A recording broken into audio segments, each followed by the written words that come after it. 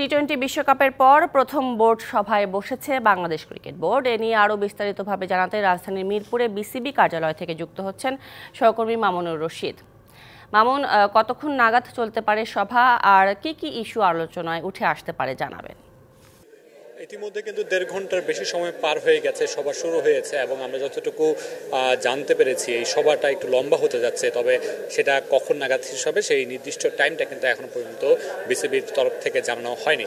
তবে একটা বিষয় আমরা বলতে চাই, আমরা আগের নিউজে জানাচ্ছিলাম যে বেশ কিছু এজেন্ডা নিয়ে এই বোর্ড সভা আলোচনা হচ্ছে।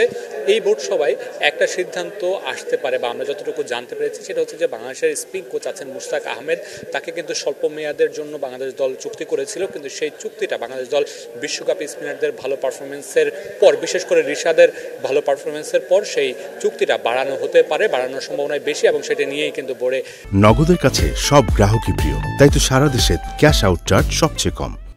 সবাই আলোচনা হয়েছে এবং সেই সাথে আমরা যেটা বলছিলাম যে বিশ্বকাপে বাংলাদেশের যে পারফরমেন্স সেটা নিয়ে চুলছেরা বিশ্লেষণ হবে।